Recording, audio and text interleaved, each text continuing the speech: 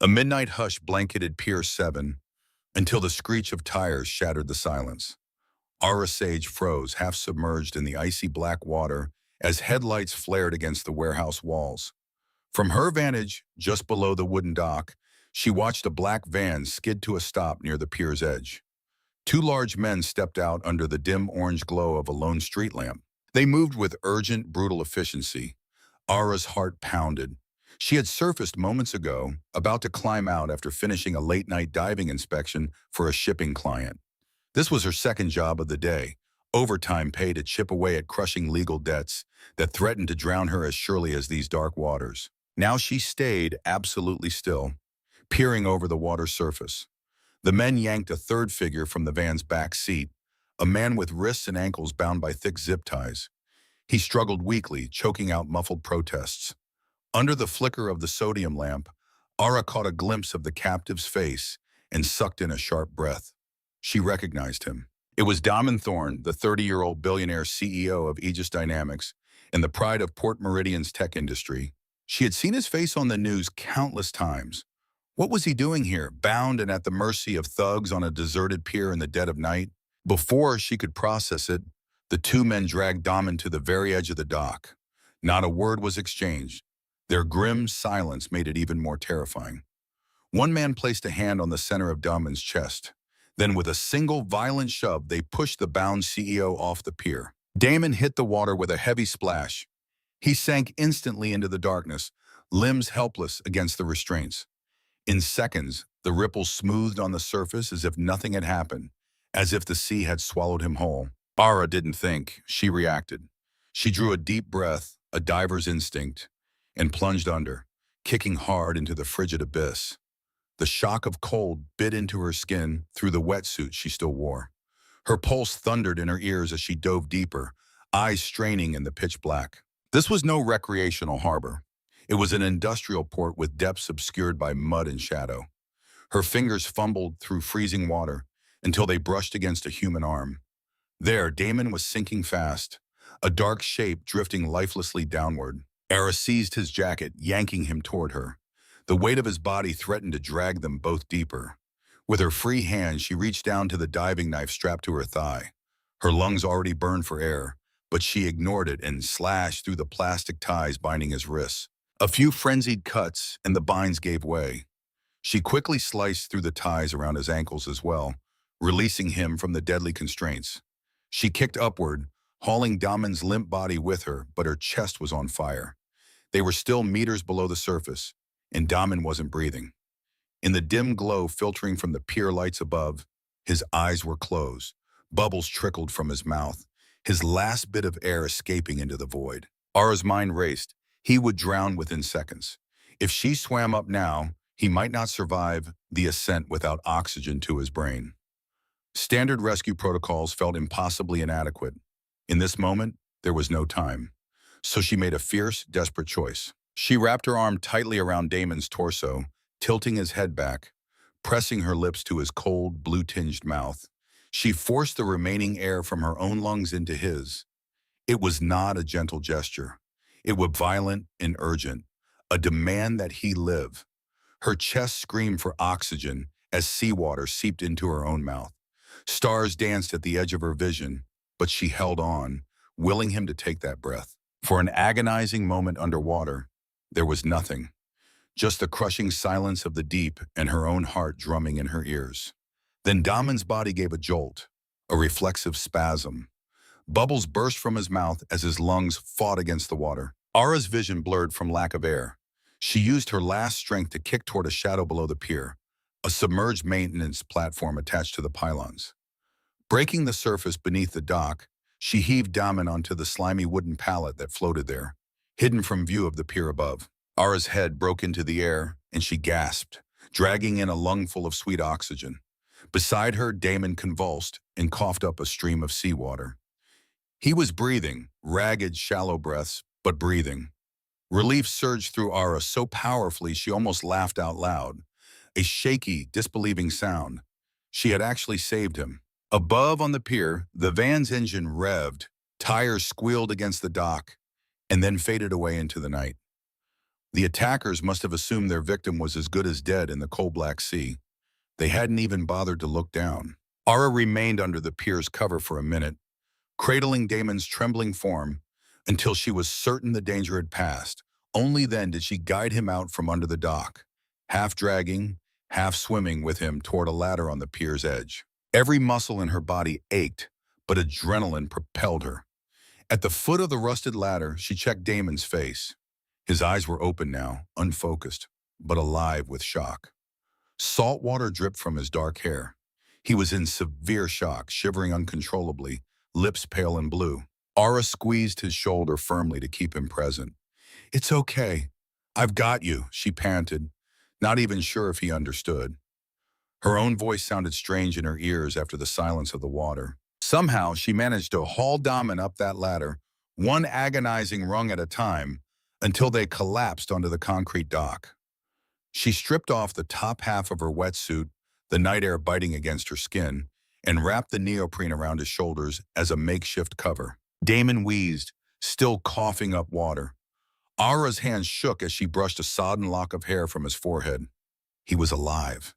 That was all that mattered for the moment. Ara's relief at saving him was quickly overtaken by practical urgency. She fumbled for the phone in her jacket pocket, fingers numb and clumsy. "I'm calling an ambulance," she gasped, already dialing 911 with trembling hands. No cops," Damon rasped suddenly. Despite his weakness, his hand shot out and grabbed her wrist with surprising strength. Water dripped from his sleeve as he fixed her with bead, panicked eyes. "Don't call the police. Please." Ara stared at him, bewildered. He was shivering violently, barely able to get words out. "You need—" He cut her off, voice raw with terror. "They were my own men. My security. They did this to me. He controls everything." He coughed hard, fighting to speak. "If you call them, we're both dead." His plea hung in the cold night air. Ara's thumb hovered over the call button. This went against every instinct, every protocol. He needed a hospital, police protection. Yet the fear in his eyes was unmistakable and deeply familiar. In that desperate gaze, Ara didn't see a billionaire CEO. She saw a reflection of her own past trauma. For a heartbeat, she was transported back 5 years to standing on a storm-battered dock, much like this one, watching rescuers pull her father's lifeless body from the sea. Her father, a seasoned fisherman, had trusted his business partner like a brother. That brother, Silas, had betrayed him, sabotaged their boat, the Albatross, to steal a lucrative fishing license and cash in on insurance. Her father had drowned in cold gray waves because of greed and betrayal. Ara had spent every penny she had on lawyers trying to prove Silas's guilt. But without hard evidence, he walked free. She was left drowning in debt and grief, all because no one believed her story of betrayal. Now here she knelt beside another man nearly drowned by betrayal. Damon's eyes, wide with vulnerability, mirrored the same hurt and terror she'd seen in herself. Ara exhaled slowly, then lowered the phone. With a decisive motion, she ended the emergency call before it connected. "All right," she said quietly. "No police, not yet." Damon closed his eyes in relief. His grip on her wrist loosened, and he slumped back, exhausted and shaking. "We need to get you out of sight," Ara decided. She glanced around the deserted docks. The van was long gone, but my gut told her they weren't safe out here in the open. "Can you stand?" He nodded weakly. With Ara's help, Damon staggered to his feet. She looped his arm over her shoulders, steadying his weight. He was taller than she was, and he leaned on her heavily as they made their way off the pier. In the shadows at the pier's edge, Ara's battered pickup truck waited. She half-carried Damon to it and bundled him into the passenger seat with an old blanket. The engine rumbled to life, and she sped through the empty streets, eyes alert for any sign of pursuit. None. Her destination was a cramped studio apartment above a boat repair shop by the harbor. With great effort, she got Damon up the narrow stairs and onto her sagging couch. The room was dim and cluttered, shelves lined with diving manuals and equipment, a corner crowded by a makeshift desk piled high with case files and unopened bills. The smell of salt and machine oil lingered in the air. Ara hurried to grab towels. Damon's teeth chattered as she draped one over his shoulders and vigorously rubbed warmth back into his arms. She found an oversized sweatshirt and a pair of drawstring sweatpants, her own, which hung loosely on his lean frame. But at least they were dry. He muttered a thank you as he pulled the sweatshirt over his head. His skin was ice cold to the touch, but color was slowly returning. Ara filled a mug with hot water and pressed it into his hands to let him sip and warm his fingers. Only once he was dry, relatively warm, and propped against a cushion did Ara allow herself to breathe out the tension of the night. She dropped into the chair opposite the couch, watching Daman carefully. His eyes were clearer now, though haunted. Several minutes passed in heavy silence. Finally, Daman spoke, voice still hoarse. "You saved my life." He said it as if still processing the fact. Era managed a wan smile. "I guess I did." The reality of it was hitting her too. A few hours ago, she was just doing her job underwater. Now she was hiding a half-drowned CEO in her apartment. Damon ran a hand through his damp hair. "They would have killed me," he murmured, staring at the steam rising from the mug in his hands. "I'd be dead if not for you." Ara leaned forward, elbows on her knees. "Who were those men? You said they were your own security." His jaw tightened. "Not all of them, just the ones under his payroll." Daman looked up, meeting her eyes. There was a spark of resolve amidst the fear now. "I need to call someone I trust. May I use your phone?" She handed him her cell. Daman dialed a number from memory. As it rang, he explained, "My lawyer. Well, he's an outside consultant. Cybersecurity. The only person who might be able to help right now." Ara listened as he had a terse, coded conversation with the person on the other end. Damon spoke in low tones, something about lockdown, everything. "I'm safe for now, but we have a situation." When he hung up, he sank back into the couch, exhausted but determined. He took a deep breath and turned his attention fully to Ara. "You deserve to know what's going on," he said, "at least as much as I do." Over the next several minutes, in halting sentences, Daman revealed the truth. The man behind his near murder was Julian Corvus, the chairman of Aegis Dynamics and Damon's trusted friend of 20 years. Julian had been like a mentor to him, helping Damon build the company from the ground up. But that friendship had been a lie, concealing unspeakable jealousy and greed. Julian orchestrated a hostile takeover from within, Damon said, bitterness edging his tired voice. He explained that Aegis Dynamics was on the verge of a breakthrough called Project Chimera, an advanced AI algorithm that could simulate pharmaceutical drug trials virtually. It could save years of research and billions of dollars, revolutionizing medicine. In the wrong hands, it was worth a fortune. "Chimera is the key to everything," Damon continued, "and Julian wants it all for himself." Ara absorbed this, nodding slowly. She didn't know much about biotech or AI, but she understood betrayal and greed well enough. "He knew he couldn't just steal the data quietly," Damon went on, "not without me noticing. Chimera is protected by layers of encryption and fail-safes that only I have access to. So he decided to eliminate me." Damon's gaze drifted to the dark window as if replaying the moment he realized his friend had turned on him. "Once I was gone, Julian would have full control of the company. He could get to Chimera without me standing in the way." Ara's stomach turned. Corporate intrigue wasn't her world, but a friend plotting murder over money and power was horror in any language. "So those men tonight," she prompted. "On his orders," Damon confirmed. "I'm sure of it." Ara nodded. "You're lucky I was there," she said softly, realizing how fragile the line between life and death had been tonight. "Had I surfaced a minute later, had I been at a different pier, I'm alive because of you," he said, meeting her eyes with an intensity that made her pause. "You had no reason to risk yourself, but you did. You jumped in after a stranger. You gave me your own breath." He shook his head in disbelief. "Wait, Ara opened her mouth, then hesitated. How could she explain? "Because I know what betrayal feels like. Because I couldn't watch someone drown like my father did." Instead, she simply said, "Because you needed help. I was there and I could." He regarded her with gratitude and something else. Respect, perhaps. It had been a long time since anyone had looked at her with that kind of respect. Damon took another careful sip of hot water. His hands had steadied now. "I can't go to the police yet," he said.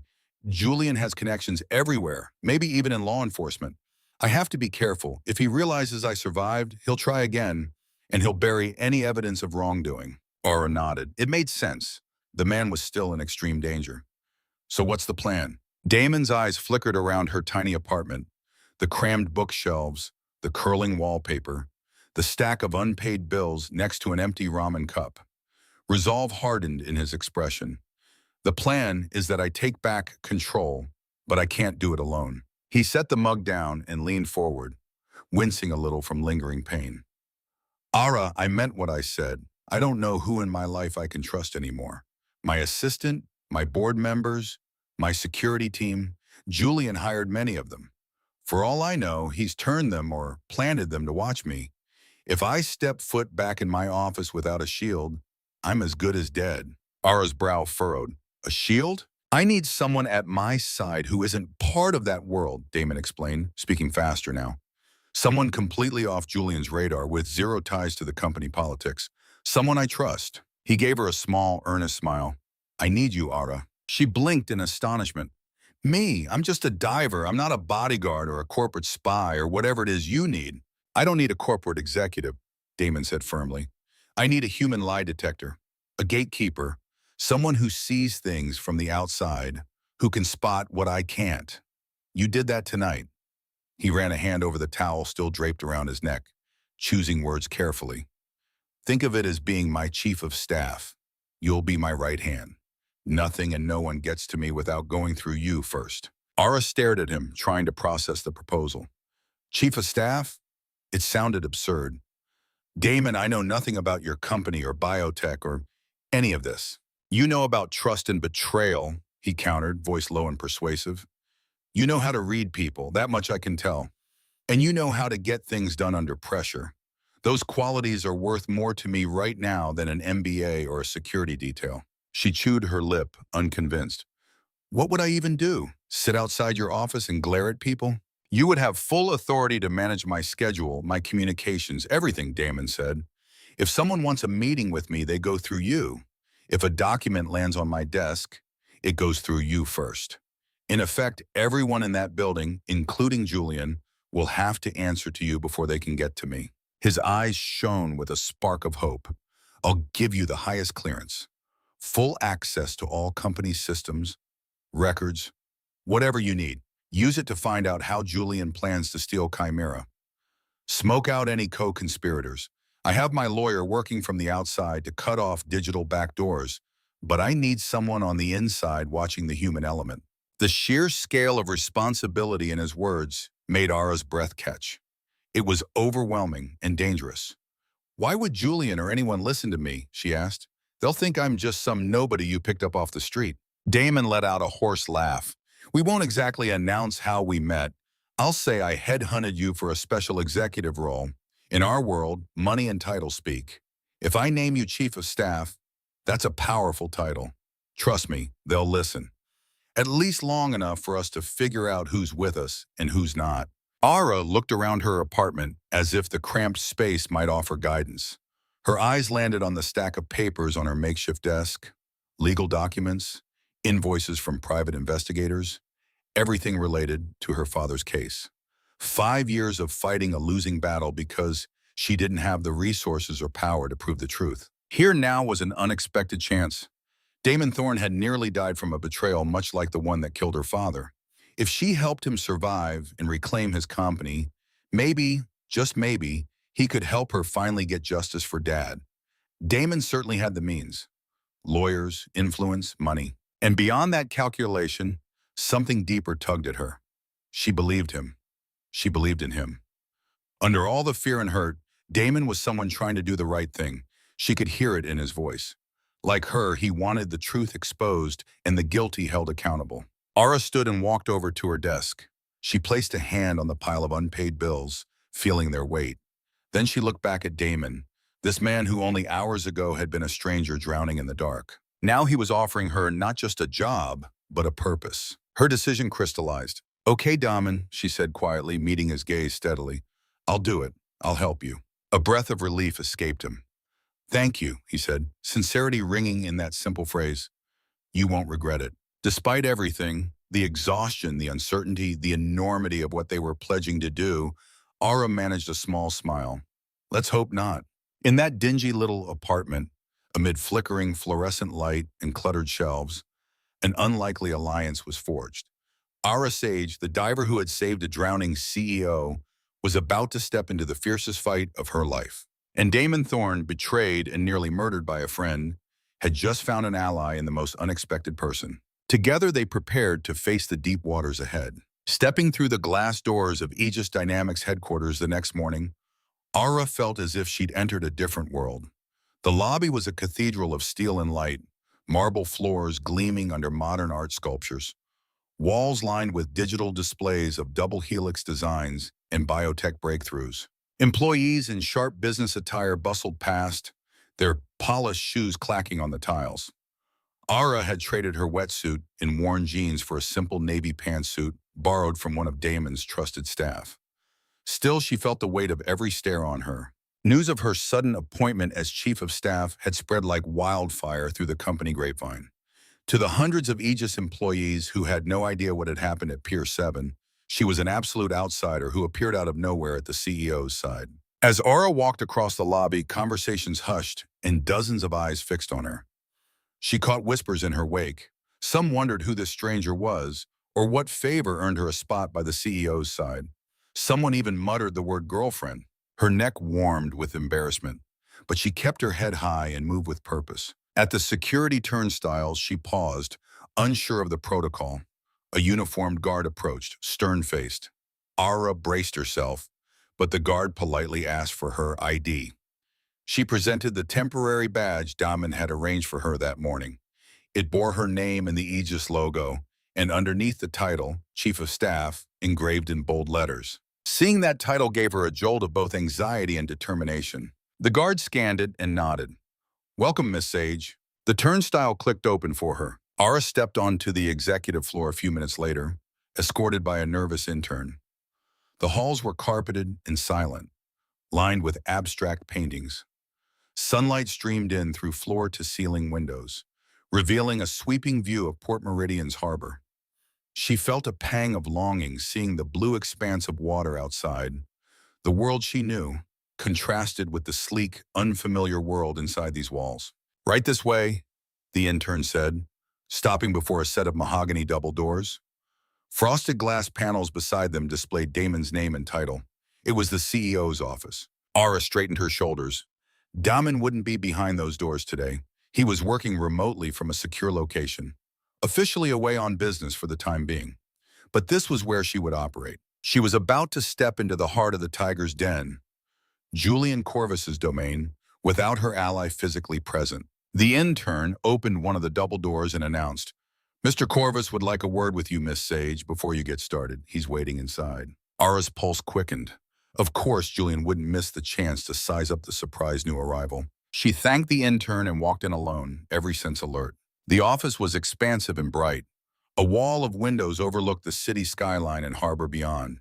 In the center, behind a glass-top desk, stood Julian Corvus. He turned as she entered, a broad smile on his face. "Ara Sage, welcome to Aegis Dynamics." Julian greeted her warmly, striding around the desk with hand outstretched. He was a tall man in his early 40s, silver threading his temples, with the kind of charisma that immediately filled the room. Dressed in a tailored charcoal suit, he looked every inch the confident executive. Ara forced a polite smile and shook his hand. His grip was firm, friendly. Only the slight narrowing of his eyes hinted at something calculating beneath. "Mr. Corvus, thank you. I'm glad to be here," she said evenly. Julian gestured for her to sit on one of the modern leather chairs facing the desk. He settled into the chair next to her instead of returning behind the desk, a subtle choice to appear collegial. "I admit Damon's announcement this morning was quite a surprise," he said with an easy chuckle. "Chief of staff, is it? He hadn't mentioned he was looking for one." Ara maintained her neutral smile. It all happened rather quickly. Damon felt he needed someone to help coordinate things so he can focus on big-picture projects. Julian tilted his head, studying her with a disarming smile. "A wonderful idea in theory. He's lucky to have found someone on such short notice." His eyes flicked over her attire, but his expression remained friendly.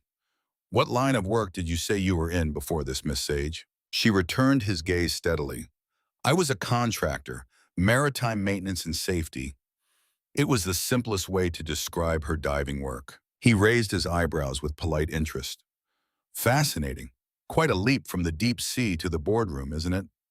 Julian let out an easy laugh, as if it were just a light joke. "I do hope the transition won't be too overwhelming.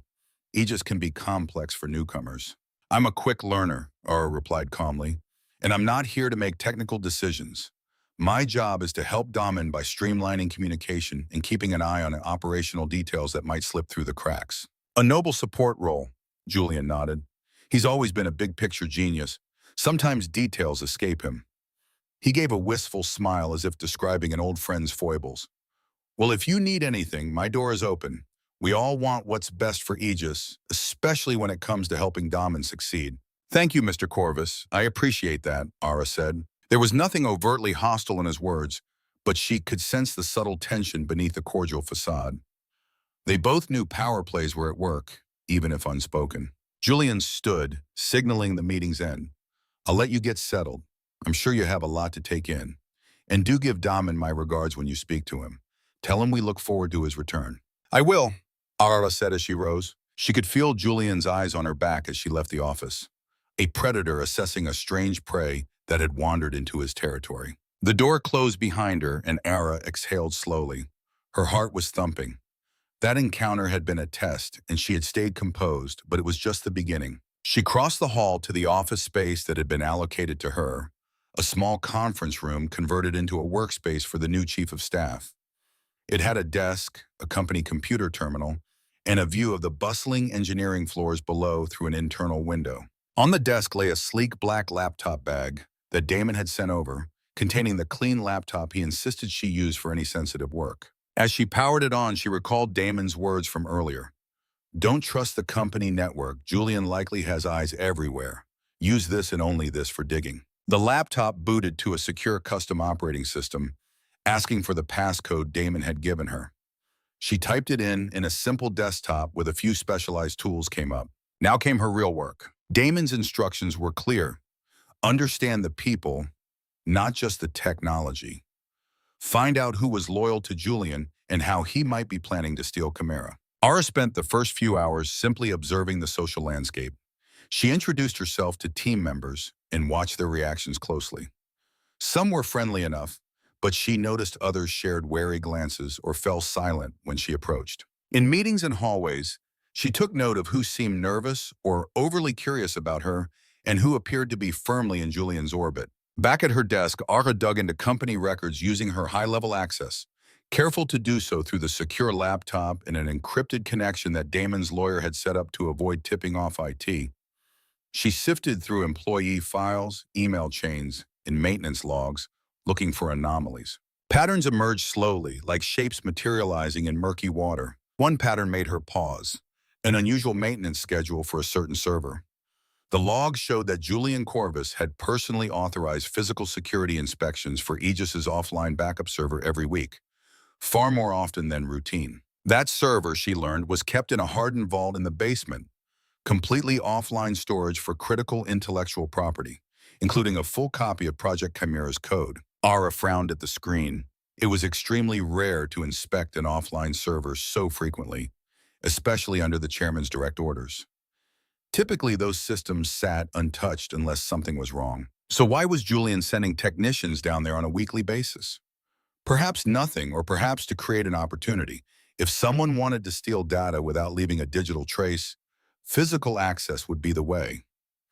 He could be trying to install a hardware backdoor or planning to swap out a drive. The pattern was too suspicious to ignore. Her thoughts were interrupted by a call on her office phone. It was Damon on a secure line. Stepping away from the desk, she answered quietly. Hey, Damon said, how's it going in there? Ara gave a guarded summary, aware that even the phones might not be safe. I'm settling in, meeting a lot of new faces. His voice warmed. Good, I know it's not easy playing the newcomer. Hang in there. Lowering her voice further, Ara added, I found a few things that seem off. We should go over them later tonight, not here. A slight pause. Then Damon replied, Understood, come by the penthouse after work. We'll debrief. By the time evening arrived, Ara had gathered a list of oddities and potential leads, and she felt more confident navigating the social currents at Aegis. But as the office emptied out and she prepared to leave, a heavy sense of vigilance remained. Julian had been quiet all afternoon, but she doubted he was idle. He was likely doing his own observing. The thought made her skin crawl. She was, after all, an intruder in his carefully managed ecosystem. That night, Ara found herself in Damon's safe haven, a top-floor penthouse in a building across town, one that his company kept as a secure residence. It was elegantly furnished but largely in darkness, save for the city lights glinting through the floor-to-ceiling windows. Damon had set up a temporary command center there with monitors displaying security feeds and encrypted communications. They sat together at the marble kitchen island, under the soft glow of pendant lights, takeout containers untouched beside them. A spread of documents, Ara's notes, and her laptop lay open as she debriefed him on everything she had observed. "And this here," Ara said, tapping a maintenance log entry on her screen. "Julian's authorized physical access to the Chimera backup server vault every Wednesday like clockwork. It doesn't make sense unless he's up to something." Damon leaned in, his face drawn with concentration. "The backup vault is supposed to be sealed except in emergencies." "Exactly, it's as secure as it gets. Offline Faraday cage, biometric locks. But if someone could get in physically on a schedule, he could be copying the data out little by little." Damon finished, understanding dawning in his eyes. "Or installing a hard line to access it remotely later." "Damn." He rubbed his temples. "It's a plan B. Plan A was to use my decryption key after I was gone. That failed when you saved me. So Julian must be attempting a backup plan to get Chimera out." Ara nodded. It felt good to have the pieces coming together, yet unnerving to confirm how far Julian was willing to go. "We have to stop him," she said, but quietly. "If he catches a whiff that we know, he could accelerate his plans or destroy evidence." Damon concluded, his expression grim. "We need proof of exactly what he's doing in that vault, and ideally catch him in the act." A tense silence settled as they both realized the scale of the task. Outside the window, the city lights of Port Meridian sparkled, oblivious to the two people grappling with secrets and betrayals at its heart. Ara noticed Damon's reflection in the glass. He looked tired, shoulders heavy with responsibility and heartbreak. He hadn't stopped since surviving that night, running on adrenaline and fear. Now, as the adrenaline ebbed in the quiet of the night, a vulnerability showed through. "You should get some rest," she suggested gently. "We both should." Damon sighed, closing the laptop. "You're right." He stood and stretched, wincing slightly. For the first time, Arla saw how stiffly he moved, as if parts of him ached. As he rolled his neck, the collar of his t-shirt shifted, revealing the edge of a scar snaking up from his shoulder blade. She hadn't noticed it before. Damon caught her looking and offered a faint, rueful smile. "I probably look like hell, I know." Ara shook her head. "That scar." She nodded toward his back. "What happened?" For a moment, she worried she'd been too forward, but Damon didn't seem to mind. He walked over to the floor-to-ceiling window, hands in his pockets, gazing at the harbor lights. "Car accident, when I was 19, Damon said quietly, gazing out at the city lights. "Julian was with me. I crashed. Car caught fire. I was trapped inside." He swallowed.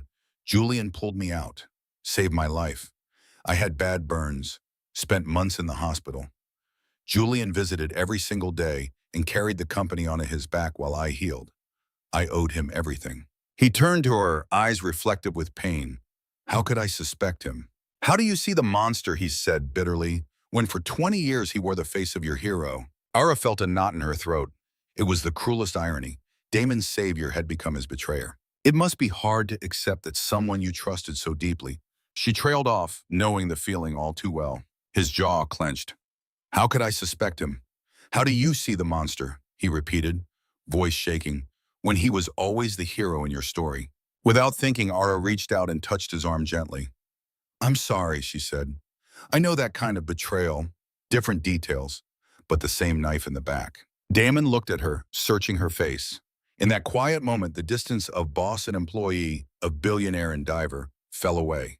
They were just two people scarred by betrayal, sharing a private pain. Ara drew a shaky breath and finally spoke the truth she'd carried so long. "My father trusted his best friend Silas, like a brother," Ara said, voice trembling. "And Silas sabotaged our boat, the Albatross, for money. My dad drowned because of that betrayal. I spent 5 years and every penny I had trying to prove it, but Silas walked free." "Silas?" Damon murmured, committing the name to memory. His hands tightened to fists. "I'm so sorry, Ara." She let out a bitter little laugh. "The irony, right? I watched my father trust the wrong person and pay the ultimate price. Then I watched the culprit get away with it. I swore I'd never let something like that happen again if I could help it." She managed a small smile through the tears that had escaped down her cheeks. I guess that's partly why I didn't hesitate to jump in after you. I wasn't about to watch another innocent man drown while I stood by. Before she knew it, Damon had closed the distance between them. He gently wiped a tear from her cheek with his thumb. The gesture was tender, almost instinctive, and it sent a warmth through her that caught her off guard. "You're not alone in this anymore," Damon said softly. "After we deal with Julian, I promise I will do everything in my power to help you get justice for your father. We will nail that bastard Silas together." There was a fierce sincerity in his voice. Ara's breath hitched. In all these years, no one had ever said together to her in that fight. It was always her burden alone. She realized she trusted Damon fully. He wasn't just a mission or a means to an end. He was a person she cared about, one who understood her pain and shared it. "Thank you," she whispered, "and we'll get Julian too, together." They stood there, close, in the soft glow of the city night, a new resolve bonding them. Damon placed a hand on her shoulder. "Ara, I trust you with my life. You know that, right?" She nodded. "I trust you too." He managed a small, genuine smile, the first she'd seen on him since this ordeal began. "That means more to me than I can say." When Ara left the penthouse that night, she carried with her not just files and plans, but a deep sense of solidarity. Whatever lay ahead, they would face it side by side. The next day at Aegis started out quiet, but a storm was brewing beneath the surface. Ara noticed that some people she'd tagged as Julian's loyalists were watching her more openly, as if waiting for her to slip. She kept her guard up, going about her task normally while discreetly coordinating with Damon and his lawyer on a plan to covertly monitor the next vault maintenance. Before midday, an urgent memo announced a security breach. Someone had accessed Project Chimera's files using Ara's credentials. Within minutes, security officers ushered a flabbergasted Ara into a conference room for questioning. An IT investigator claimed logs showed she had remotely accessed restricted data during the night. Ara vehemently denied it, but the evidence, no doubt planted, seemed damning. Julian even made an appearance, feigning sympathy while insisting they had to follow protocol.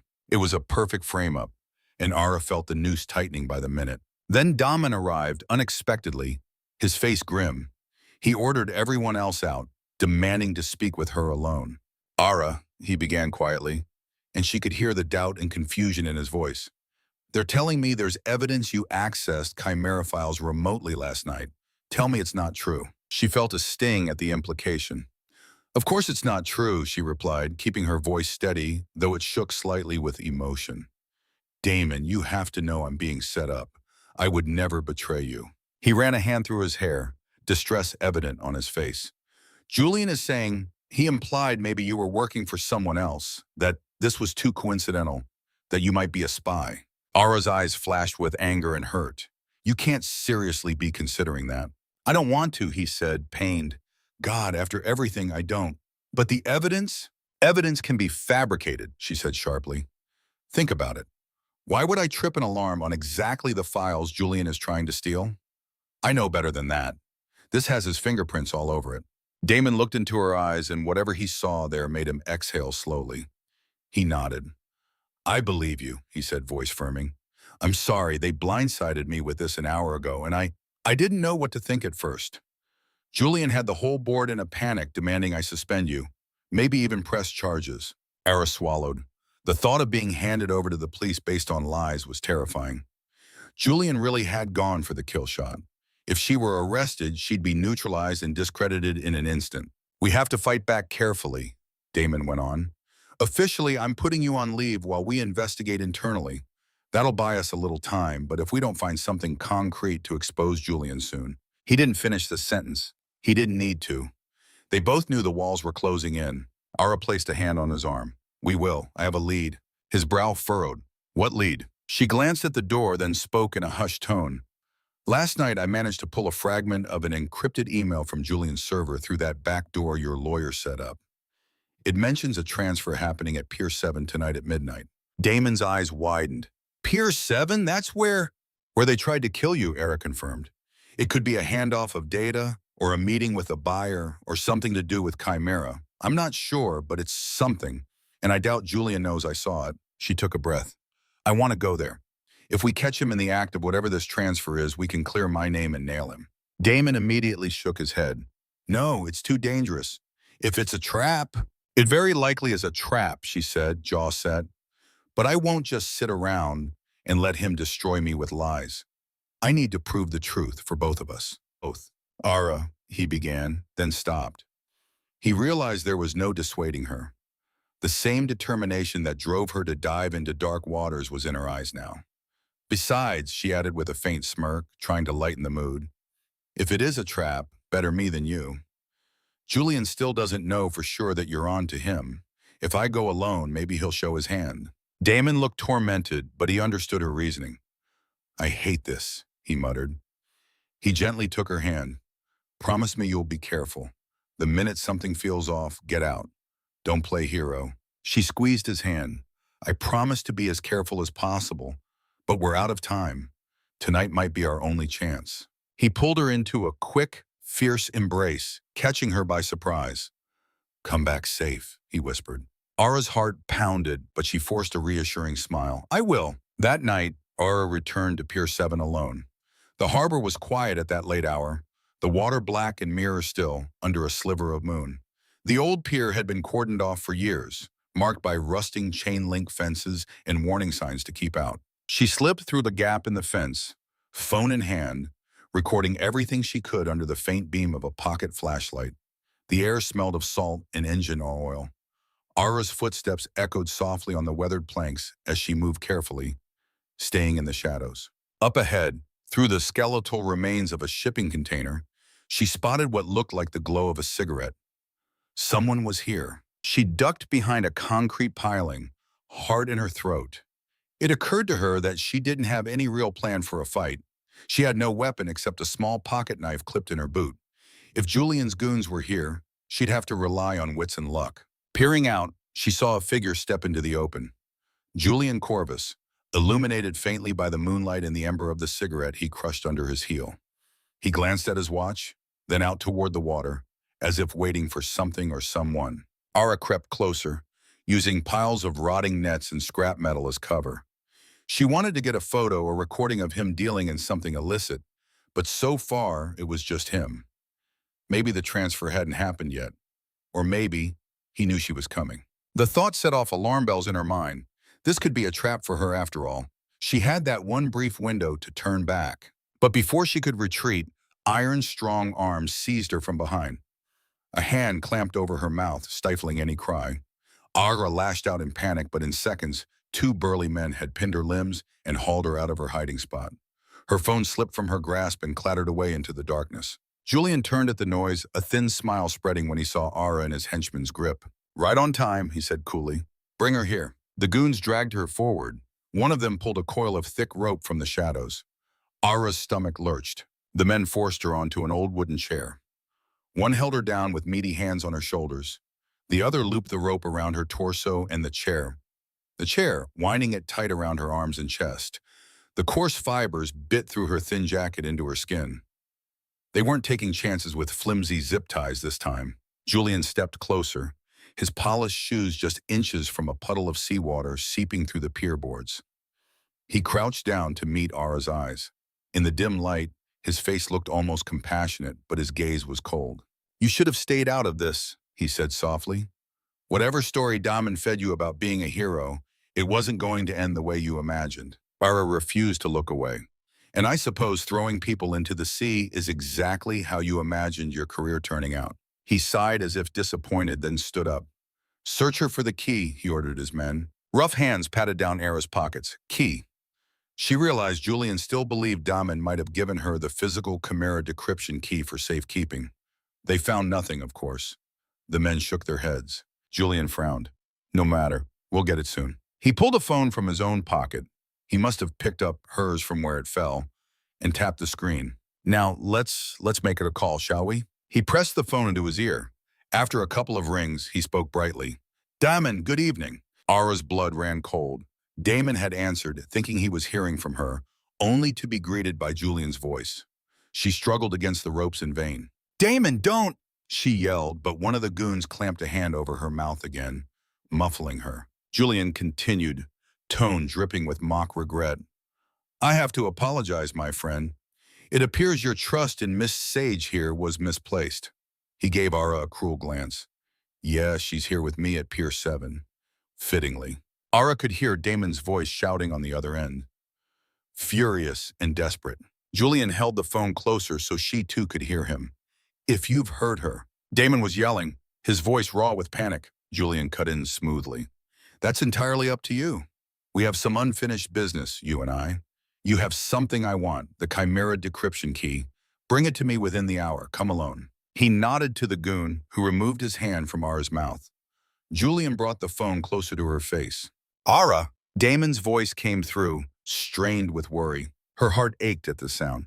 I'm okay, she managed to say, though her voice shook. Don't do it, Damon. It's a trap. A sharp crack rang out as Julian backhanded her across the face with the phone. Pain exploded in her cheek and she tasted blood.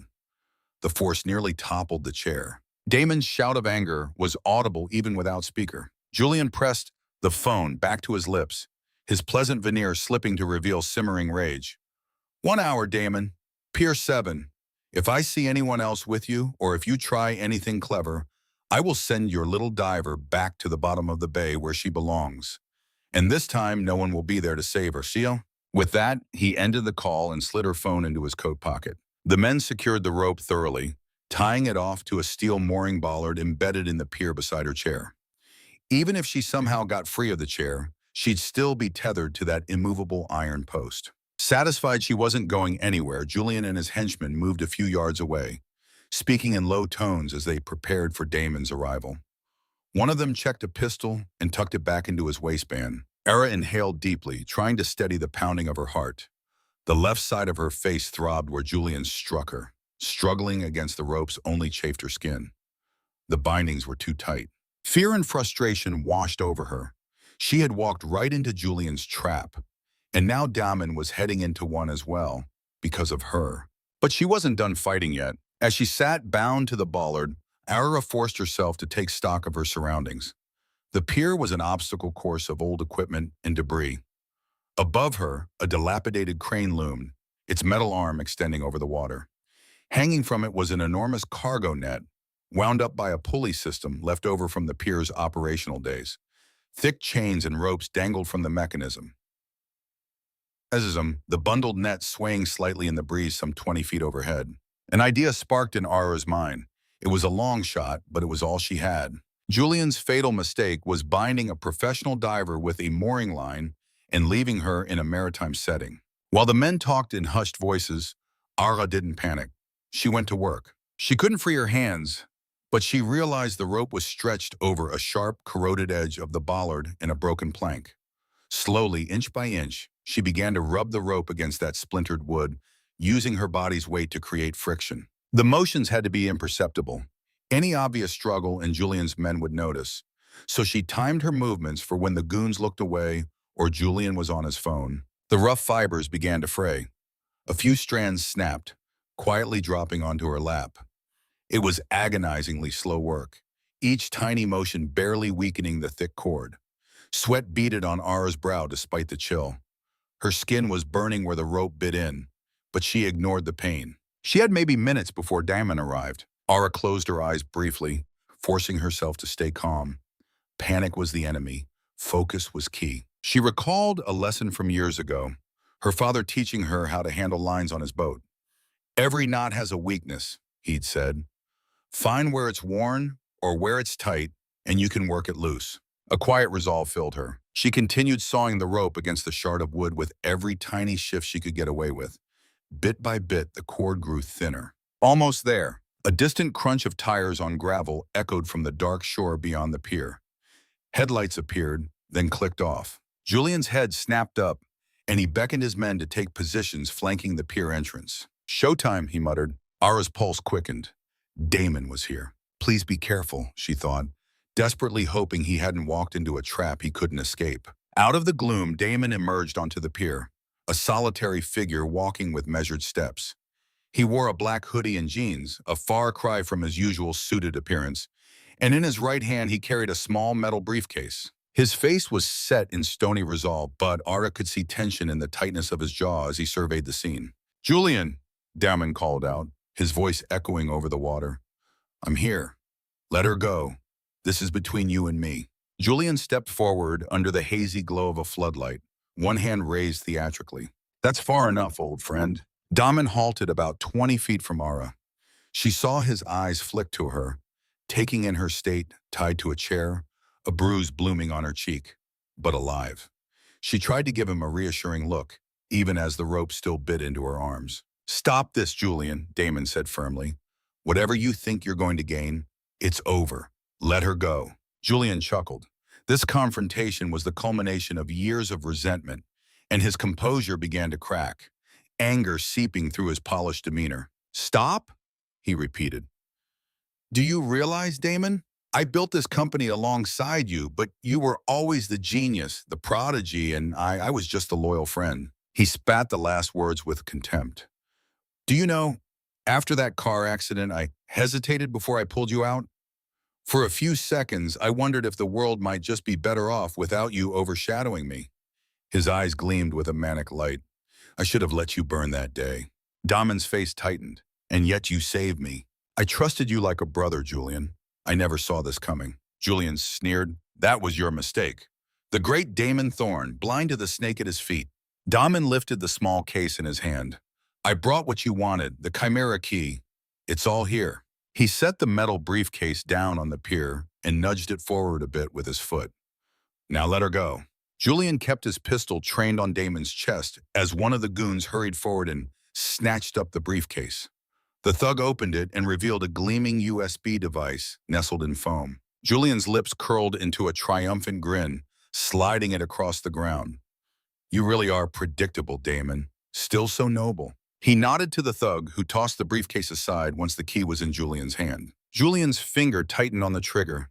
And now, since I no longer need her, he swiveled the gun toward Ara. Time seemed to slow. At that exact moment, Ara felt the last frayed strand of rope give way against the shard of wood. The thick mooring line snapped free. Ara threw herself sideways off the chair. With every ounce of strength she had, the sudden movement spoiled Julian's aim. His gunshot rang out, muzzle flashing. The bullet whizzed past her, splintering wood inches from where her shoulder had been. Simultaneously, Damon hurled himself at the second henchman, the one nearest him, who was drawing a gun of his own. Damon slammed into the man, grappling for the weapon. A shot fired into the air as they struggled.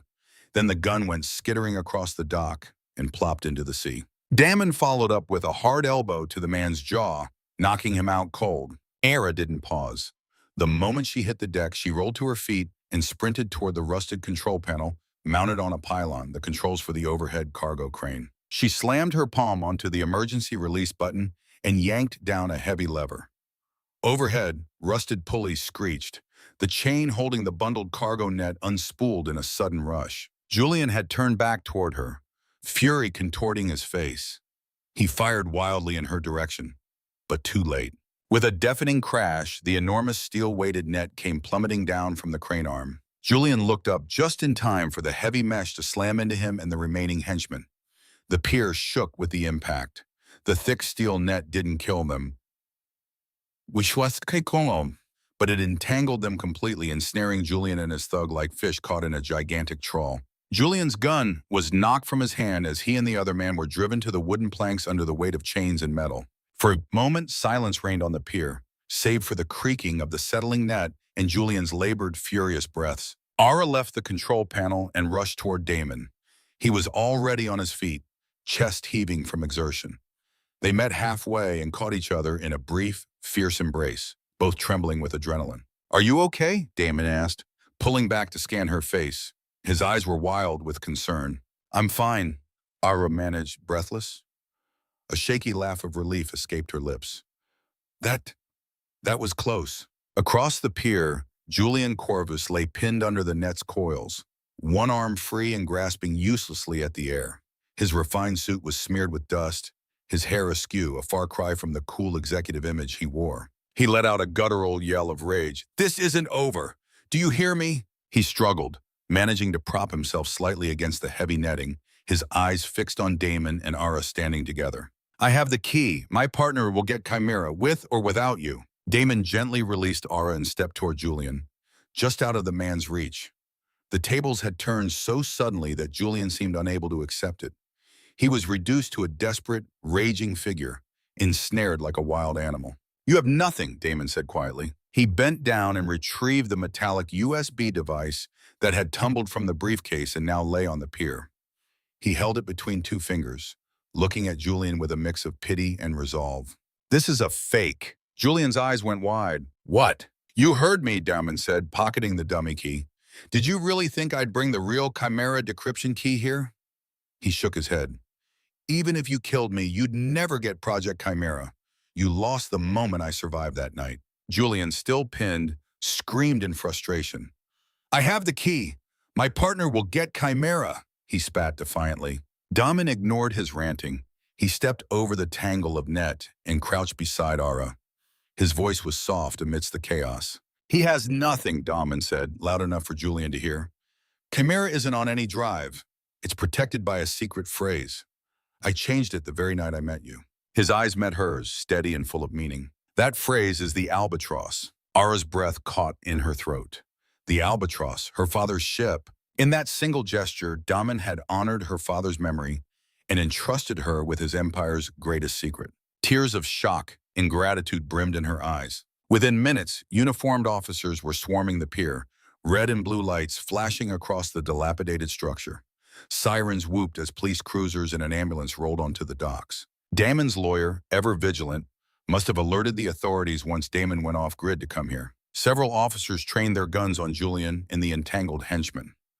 Others rushed to Damon and Ara. Julian, still trapped under the heavy net, roared incoherently at the police, at Damon, at the world. As officers dragged the net off and hauled Julian to his feet, his tirade became clear.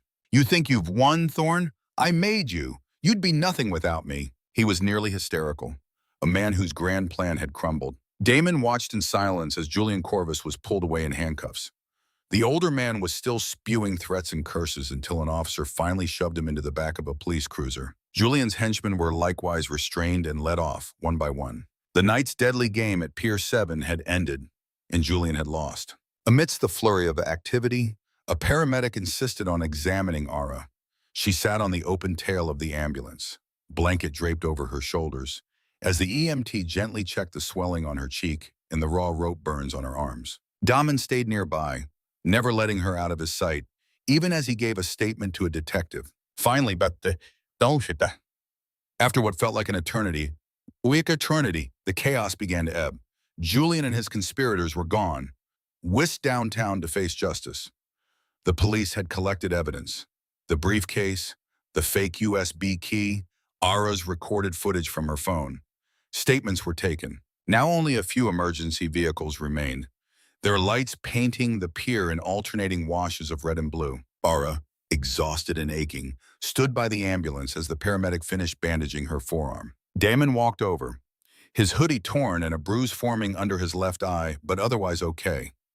They locked eyes, a profound relief passing between them. He was battered, knuckles bruised, clothes dirty, and an unreadable expression on his face. When he spoke, his voice was gentle, almost awed. "You saved me again." Ara looked up at him, exhaustion and relief crashing over her in waves.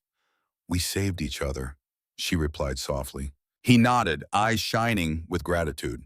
In that moment, as emergency lights flashed around them, they understood one thing clearly. They had won. They had survived the abyss and come out the other side. 6 months later, a warm afternoon sun shone over Port Meridian. Ara stepped out of a downtown law office, dressed in a smart tailored suit, and took a deep breath of crisp air. At her side walked a gaunt, gray-faced man in handcuffs, Silas, her father's old partner. With Aegis's resources behind her, Ara had finally uncovered the proof of Silas's crime. Facing undeniable evidence, Silas had agreed to confess to sabotaging the Albatross in exchange for a reduced sentence. As 2 police officers escorted him toward a squad car, Silas paused and glanced back at her. His eyes brimmed with regret. "I'm sorry," he whispered, voice cracking. Ara felt a pang in her chest, a mix of sorrow, anger, and release.